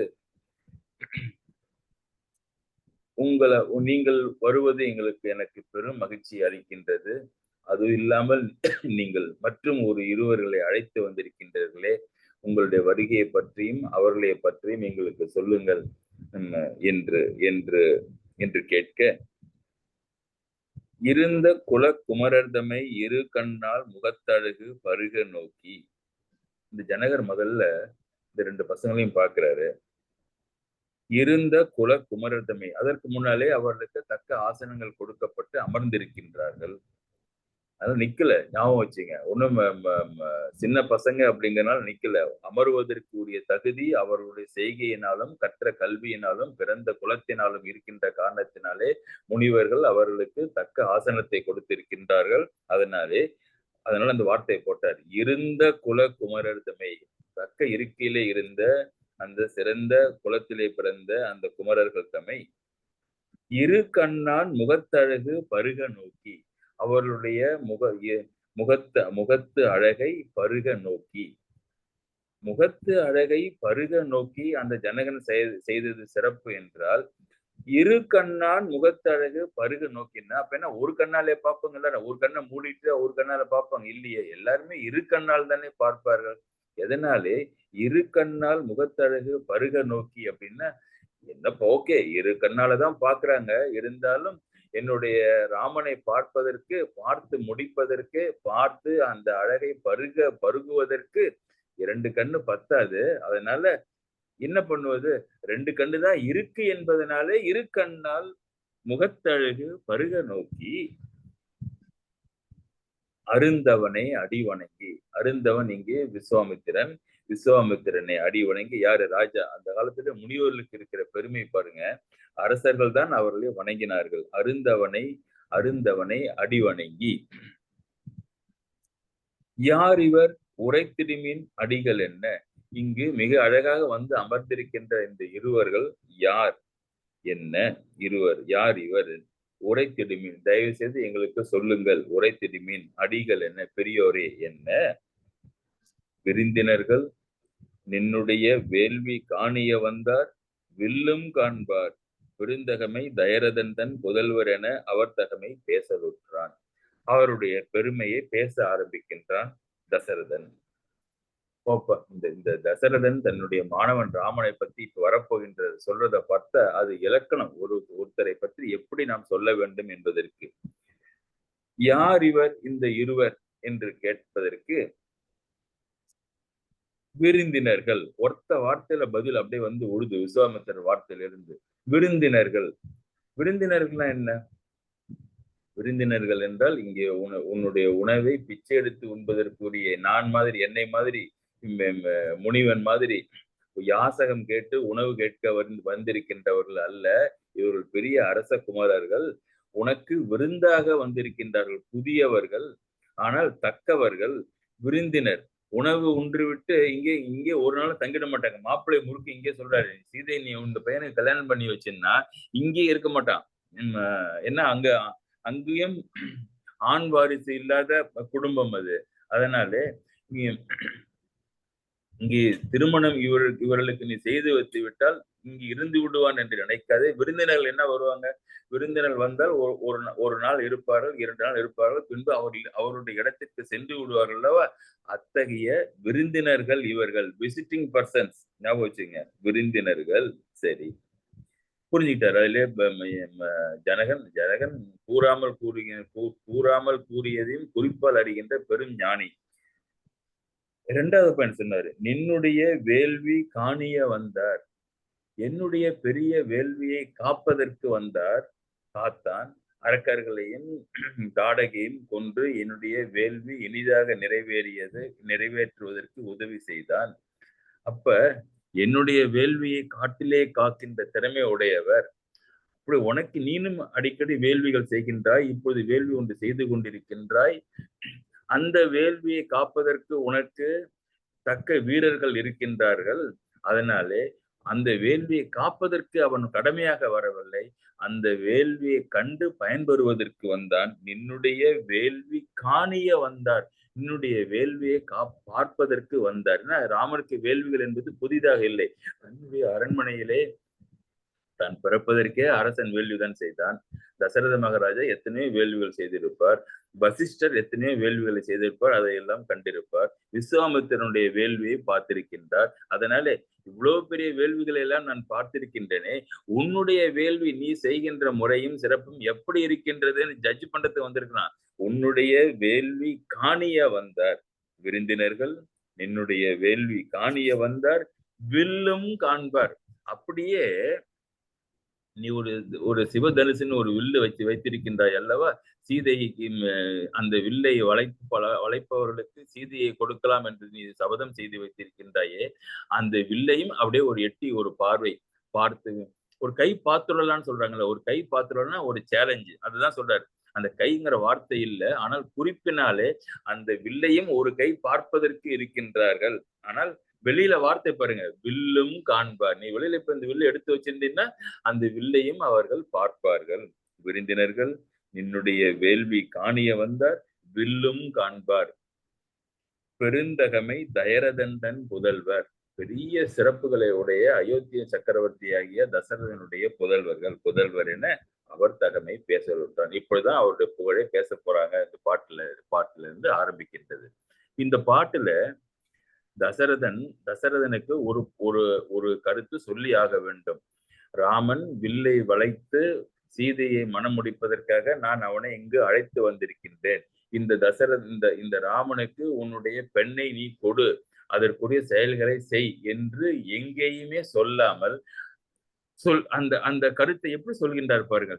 இந்த பையனுக்கு இன்னும் கல்யாணம் ஆகவில்லை, கல்யாண வயசு வந்து கொண்டிருக்கின்றது, நீ ஏன் பெருமனது பண்ணி அந்த சீதையை திருமணத்திற்கு இவனுக்கு திருமணம் செய்து கொடுப்பதற்குரிய காரியங்களை செய்து இவனுக்கு மனமுடி என்று அவன் சொல்லவில்லை. அதுதான் விஸ்வாமித்திரனுடைய கம்யூனிகேஷன் சிறப்பு. அதை சொல்லாமலேயே அவனுடைய சிறப்பை சொல்லி, விருந்தினர்கள் நின்னுடைய வேள்வி காணிய வந்தவர்கள், வேள்வியின் மேலே பெரிய ஞானம் உடையவர்கள் பேரு, அறிவு உடையவர்கள், உன்னுடைய வில்லையும் காண வந்தார் இடத்துல வீரமும் இருக்கின்றது, எனக்கு ஒன்னும் அப்ஜெக்ஷனும் இல்லைங்கிறாரு.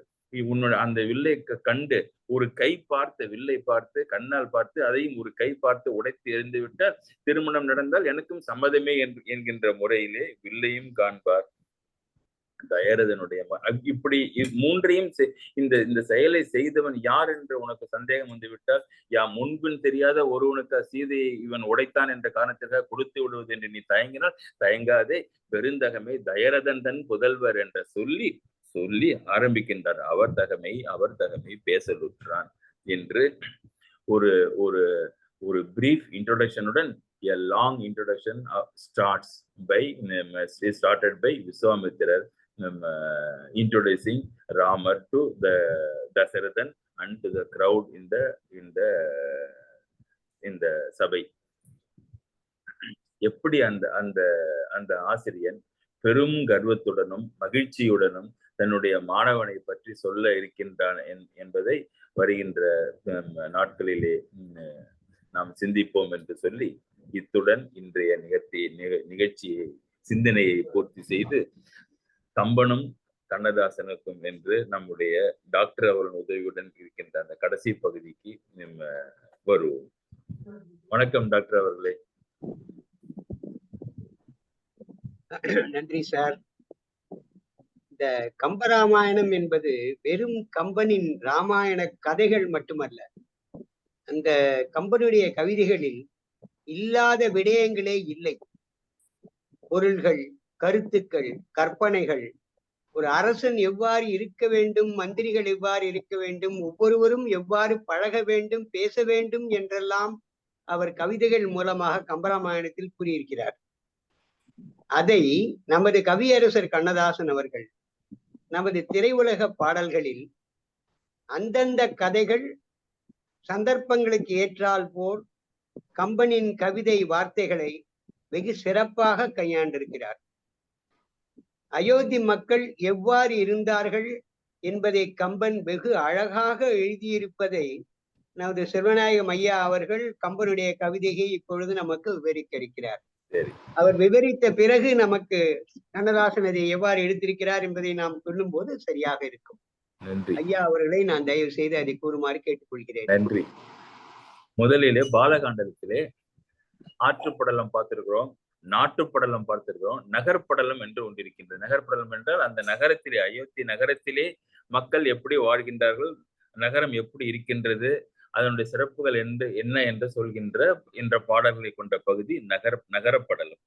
அந்த அந்த நகரத்திலே ஒரு நகரப்படலத்திலே ஒரு பாடல், கல்லாது நிற்பார் பிறரின்மையிர், கல்வி முற்ற வல்லாரும் இல்லை, அவை வல்லர் அல்லாரும் இல்லை.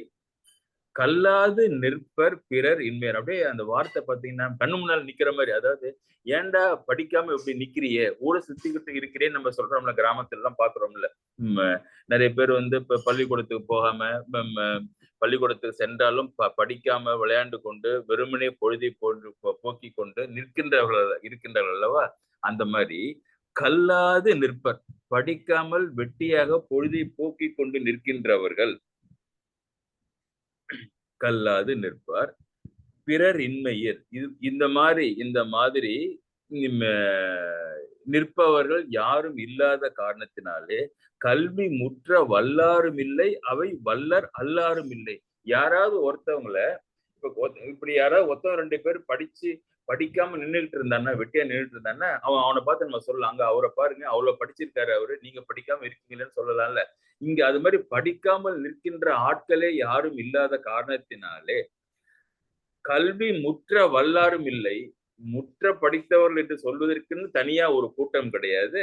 அதே மாதிரி அவை வல்லர் அல்லாரும் இல்லை, கல்வி முற்ற கற்றவர்கள் அல்லாரும் இல்லை, படித்தவனும் இல்லை படிக்காதவனும் இல்லை என்கின்ற மாதிரி இருக்கின்றதே. எல்லாரும் எல்லா பெரும் செல்வமும் எய்தலாலே, எல்லாரும் என்ன, ஒத்தவங்களுக்கு விடாம அத்தனை பேருக்கும் எல்லா பெரும் செல்வம் பெரும் செல்வம் என்ன, ஒரு செல்வம் என்பது பல வகைப்படும். அதிலே நிறைய செல்வம் இருந்தால் பெரும் செல்வம். அந்த மாதிரி இப்போ சில பேருக்கு தானியத்துல செல்வம், நிலத்திலே, வீடிலே, தங்கத்திலே என்று எல்லா வகையான செல்வமும் பெரும் செல்வம் பெரிய அளவிலே கொட்டி கிடப்பதனாலே எல்லோரும் எல்லா பெரும் செல்வமும் எய்தலாலே இல்லாரும் இல்லை, இங்கே இல்லாரும் இல்லை, உடையவர்களும் இல்லை மாதோ. இல்லைன்னு சொல்றவங்களும் யாரும் கிடையாது, அதனாலே எல்லாம் இருக்குன்னு சொல்றவங்களும் எல்லாரும் கிடையாது. எல்லாரும் எல்லாமே இங்கு பெற்றிருக்கின்றார்கள். அதனாலே there is no surplus, there is no deficit, there is no educated person, there is no ignorant person, there is no rich, there is no poor. அது அப்ப தமிழ்ல ஒரு பழமொழி இருக்கு, நிழலின் அருமை வெயிலில் தெரியும் என்பதனால இங்கே வெயில் என்பதே இல்லை என்ற காரணத்தினாலே, அந்த இல்லாமை, அந்த தெரியாத காரணத்தினாலே செல்வத்தினுடைய சிறப்பையும் அறியவில்லை, வெயில் இல்லாத காரணத்தினால நிழலினுடைய அருமையும் இவர்கள் தெரிந்து கொள்ளவில்லை. அப்படி ஒரு ஒரு ஒரு கம்ப்ளீட்னஸ் இந்த நகரத்திலே இருக்கின்றது. அதற்கு 2 உதாரணம் சொன்னாரு. முதல்ல கல்வி சொன்னாரு, கல்வி முற்ற வல்லாரும் இல்லை, அவை வல்லர் அல்லாரும் இல்லை என்று கல்வியையும், பின்பு எல்லா பெரும் செல்வமும் என்பதனால செல்வத்தையும் சேர்த்து அவைன்னு சொன்னாரு. என்னன்னா அந்த கல்விக்கும் அவை, செல்வத்திற்கும் அவைன்னு ப்ளூரல் போட்டது எதனால் அப்படின்னா, கல்வியும் பல வகைப்படும், செல்வமும் அஷ்ட ஐஸ்வர்யம்னு 8 வகைப்படும் செல்வம். அதனாலே கவனமாக அவற்றை 2ஐயுமே பன்மையால் கூறி எல்லாமும் எல்லாமும் இங்கே இந்த அயோத்தி நகரத்திலே மக்களிடம் இருக்கின்றன என்று அதனுடைய செழிப்பை படித்தார், சொன்னார். இதை படித்த கம்பன் எதை நினைத்தார்? கண்ணதாசன் என்ன நினைத்தார்? அயோத்தி மக்கள் எவ்வாறு இருந்தார்கள் என்பதை கம்பன் வெகு அழகாக எழுதியிருப்பதை நமது சிவநாய் மையா அவர்கள் மிக அருமையாக நமக்கு விவரித்தார்கள். அதே வார்த்தைகளை எடுத்து பொருள் மட்டும் கதைக்கு தகுந்தபடி சிறிது மாறுபடும்படியாக அமைத்து கருப்பு பணம் என்ற படத்தில் எலிமெண்டரி ஸ்கூல் சிறுவர்களுக்கு நமது நாட்டு மக்கள் எவ்வாறு இருக்க வேண்டும், நம் நாட்டை எவ்வாறு மாற்ற வேண்டும் என்று பாட்டு எழுதி அவரே கிளாஸ் ரூமில் பாடுவது போல் நடித்திருக்கிறார். அந்த படத்தில் கண்ணதாசன் அவர்களே நடித்திருக்கிறார்கள். அந்த படம் கிட்டத்தட்ட 35-40 வருடங்களுக்கு முன்னாடி வந்த படம். அந்த பாட்டை சீர்காழி கோவிந்தராஜன் அந்த படத்தில் கண்ணதாசன் அவர்கள் பாடியிருக்கிறார்கள். பட் அந்த பாட்டை பிளேபேக் சிங்கர் சீர்காழி கோவிந்தராஜன் அவர்கள் பாடியிருக்கிறார்கள். மியூசிக் MS விஸ்வநாதன் அவர்கள், TK ராமமூர்த்தி அவர்கள் அமைத்திருக்கிறார்கள். இந்த பாட்டு எல்லோருக்கும் தெரிந்த ரொம்ப காமனான பாட்டு தான். அதை நான் இப்பொழுது பாடிவிடுகிறேன். பாடிவிட்டால் உங்களுக்கு தெரியும் அந்த கம்பனுடைய வரிகளும் கண்ணதாசனுடைய வரிகளும் கண்ணதாசன் எவ்வாறு அதை உபயோகப்படுத்தியிருக்கிறார் என்பதும் உங்களுக்கு நன்றாக புரியும். எல்லாரும் எல்லாமும் பெற வேண்டும், இங்கு இல்லாமை இல்லாத நிலை வேண்டும். எல்லாரும் எல்லாமும் பெற வேண்டும், இங்கு இல்லாமை இல்லாத நிலை வேண்டும். வல்லான் பொருள் குவிக்கும் தனி உடைமை, வல்லான் பொருள் குவிக்கும் தனி உடைமை நீங்கி வர வேண்டும் திருநாட்டில் பொது உடைமை. எல்லாரும் எல்லாமும் பெற வேண்டும், இங்கு இல்லாமை இல்லாத நிலை வேண்டும். இருட்டில் மறைந்து கொள்ள விளக்கணைப்பார் சிலர், கிணற்றில் இருந்து கொண்டு உலகளப்பார். இருட்டில் மறைந்து கொள்ள விளக்கணைப்பார் சிலர், கிணற்றில் இருந்து கொண்டு உலகளப்பார். நெருப்பை மடியில் வைத்து மறைத்திருப்பார், அதை நீசரை யார் உலகில் பொறுத்திருப்பார். நெருப்பை மடியில் வைத்து மறைத்திருப்பார், அந்த நீசரை யார் உலகில் பொறுத்திருப்பார். எல்லாரும் எல்லாமும் பெற வேண்டும், இங்கு இல்லாமை இல்லாத நிலை வேண்டும். பாலன அழுவோர்க்கு பால் தருவோம், பசும் கூழன குடிப்போர்க்கு சோறிடுவோம். பாலன அழுவோர்க்கு பால் தருவோம், பசும் கூழன குடிப்போர்க்கு சோறிடுவோம். தாயகம் காப்போரின் தாழ் பணிவோம், யாவும் தனக்கென நினைப்போரை சிறையிடுவோம். தாயகம் காப்போரின் தாழ் பணிவோம், யாவும் தனக்கென நினைப்போரை சிறையிடுவோம். எல்லாரும் எல்லாமும் பெற வேண்டும், இங்கு இல்லாமை இல்லாத நிலை வேண்டும். இந்த இவ்வாறு அந்த இதுல இருந்து எடுத்து அவர் எழுதியிருக்கிறாரு. அயோத்தியில எல்லா மக்களுக்கும் கல்லாதவர் கிடையாது, இல்லாதவர் கிடையாது என்று எழுதியிருக்கிறார். அதே போல நம் நாட்டில் எல்லாருக்கும் எல்லாமும் பெற வேண்டும் என்று இவர் பொருள் எழுதி இந்த பாட்டை அமைத்திருக்கிறார். நீங்க சொன்ன மாதிரி பெற வேண்டும்னு சொல்வதனால கண்ணதாசனுக்கு ஒரு எண்ணம் இருக்குன்னு நினைக்கிறேன். பெறவில்லை இது வரைக்கும்ங்கிறதுனால அவருடைய விருப்பம் பெற வேண்டும்னு இருக்கிறார் அப்படின்னு எழுதியிருப்பாரா? ஆமா, அதான் அந்த நம்ம நாடு அந்த மாதிரி அயோத்தி மாதிரி மாற வேண்டும், எல்லாருக்கும் எல்லாம் கிடைக்கும்படியாக இல்லாமை என்ற நிலை வேண்டும் என்று சிறுவர்களுக்காக அந்த சிறு வயதிலேயே அவர்களுக்கு அதை விதைக்க வேண்டும். நம் நாடு எப்படி போக வேண்டும் என்பதை கண்ணதாசன் அந்த பாட்டில் கூறியிருப்பதாக நான் கருதுகிறேன். சூப்பர். அங்க அயோத்தியில இருந்தது, அதால கம்பன் அது இருந்ததுன்னு சொல்லிட்டாரு. ஆமா, இன்னும் கொஞ்சம் சிறப்பா இருந்திருக்கலாம் என்று கண்ணதாசன் அதை வேண்டும்னு கேட்கிறாரு. ஆமா. அதோட நம் நாட்டுல சில பேர் எப்படி எப்படி இருக்காங்க நெருப்பை மடியில் கட்டி மறைத்திருக்கிறார். அந்த ஆமா. நீசரை யார் உலகில் பொறுத்திருப்பார். நம்ம நாட்டுல இப்படி எல்லாம் இருக்காங்க. இந்த மாதிரி எல்லாம் இருக்கக்கூடாது. எல்லாருக்கும் எல்லாம் கிடைக்கும்படியாக இருக்க வேண்டும் என்று அவர் அந்த படத்தில் ஒரு பள்ளிக்கூடத்தை நிறுவுகிறார். ஒரு பெரிய பிலாந்தெரபிஸ்டா வராரு அந்த படத்துல. பணக்காரராகவும் பிலாந்தெரபிஸ்டாவும் வந்து அந்த பள்ளிக்கூடத்தை நிறுவி அந்த பள்ளிக்கூடத்தின் அந்த குழந்தைகளுக்கு எலிமெண்டரி குழந்தைகளுக்கு அவரே பாடுவதாக அந்த பாட்டை பாடியிருக்கிறார் கருப்பு பணத்தில். எல்லாமே எல்லாம் பெறுவதற்கு என்னவோ அது அழகா எழுதிருக்காரு. பால் தருவோம், சோறிடுவோம். ஆமா ஆமா, யார் யாருக்கு என்ன வேணுமோ அந்த மாதிரி கொடுக்கணும். கொஞ்சம் கோபமும் படுறாரு. தனக்கு என்ன நினைப்போரை சிறையிடுவோங்கிறாரு. அப்பதான் எல்லாருக்கும் எல்லாமே கிடைக்கும். நீங்களே ஒளிச்சு வச்சிருந்தீங்கன்னா அவங்க போடுற ஜெயிலங்கிறாரு. எப்படி அவர் எப்படி இருக்கணும், நம்ம கம்பன் கற்பனை பண்ண மாதிரி அவர் கற்பனை பண்ணி எழுதியிருக்காரு. நம்ம நாடு எப்படி இருக்கணும் அப்படின்னு பாரதியார் அதே மாதிரி எழுதின மாதிரி இவரும் கற்பனை பண்ணி எழுதியிருக்காரு. வெரி டச்சிங் தான் கண்ணதாசனுடைய சிந்தனை. Thank you sir. நன்றி. இத்துடன் இந்த நிகழ்ச்சியை முடித்து நேயர் விருப்பத்திலே உங்களுடைய கருத்துக்கள் பகிர்ந்து கொள்வதற்காக அன்புடன் அழைக்கின்றேன்.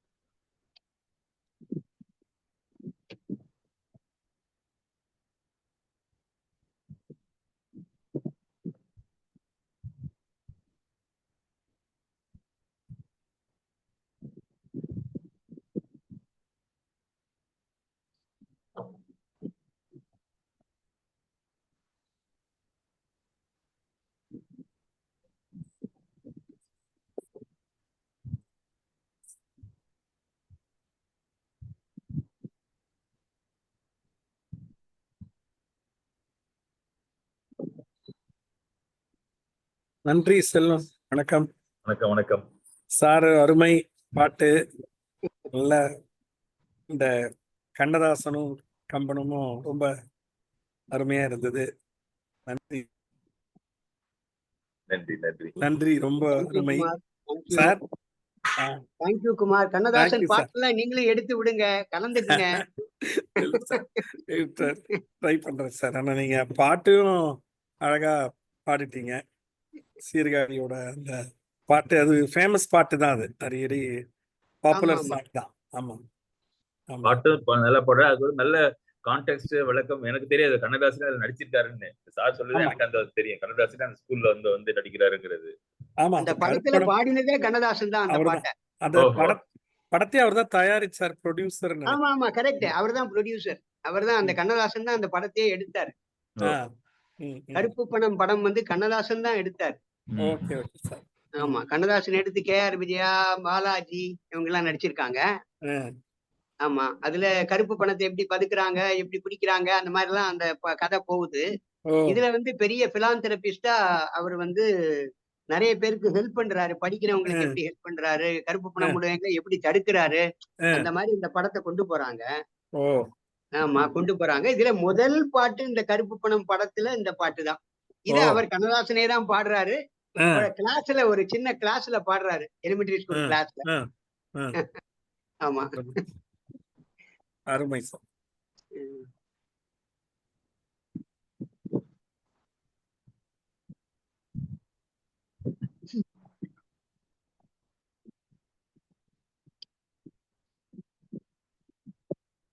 வெங்கட சுப்பிரமணியம் ஐயா அவர்களே, சொல்லுங்க ஐயா, உங்கள் கருத்து.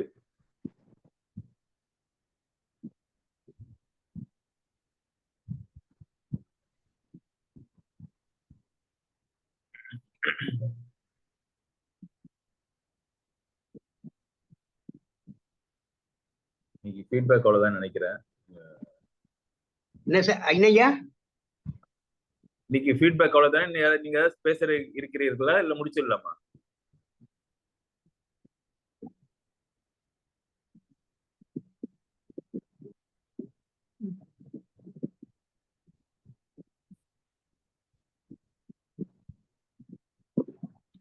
கம்பனுடைய கம்பராமாயண கவிதைகள் எல்லாம் வெறும் சும்மா கதை மாதிரி போகாம நிறைய விஷயங்களை கம்பன் வந்து அள்ளி கொடுக்கிறாரு எல்லாருக்கும். இந்த கற்பனைகள், அது எப்படி சூரியன் மறையிறது எப்படி இருக்கு, அவங்களுடைய ஃபீலிங், சீதையுடைய ஃபீலிங் எப்படி இருக்கு, ராமனுடைய ஃபீலிங் எப்படி இருக்கு, ஒரு காதலர்கள் அவர்களுடைய பிரிந்து இருக்கும்போது அவருடைய மனதில் லயப்பட்டு விட்டால் எப்படி அவரவர்கள் ஃபீல் பண்ணுவார்கள் என்பதையெல்லாம் ஒரு நல்ல கற்பனையில ரொம்ப அழகாக எழுதியிருக்கிறார் அவர். நீங்கள் இப்போ நீங்க காலையில புரிய முடியாத வெளிச்சம் வர வரைக்கும் தூங்கிட்டு இருந்த ராமங்கிறது என்ன அழகான பாட்டு பாருங்க.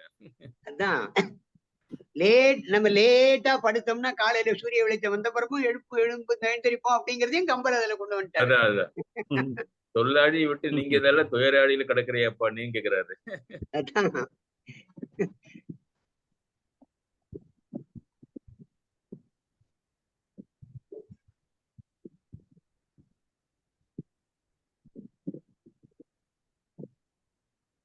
அதான் கம்பராமாயணத்துல இல்லாத விஷயமே கிடையாது. Political, ministerial, how Raja should be, how minister should be, how people should be, ஒவ்வொருத்தரும் எப்படி பேசணும், இந்த மாதிரி எல்லாம் ஒவ்வொரு செயல்கள் மூலமாகவும் நீங்க சொல்லியிருக்கீங்க. அதே மாதிரி அவர் எழுதியிருக்காரு. நன்றி. ரவி அவர்களே, நீங்க ஏதாவது பேசுறீங்களா இல்ல முடிச்சிடலாமா?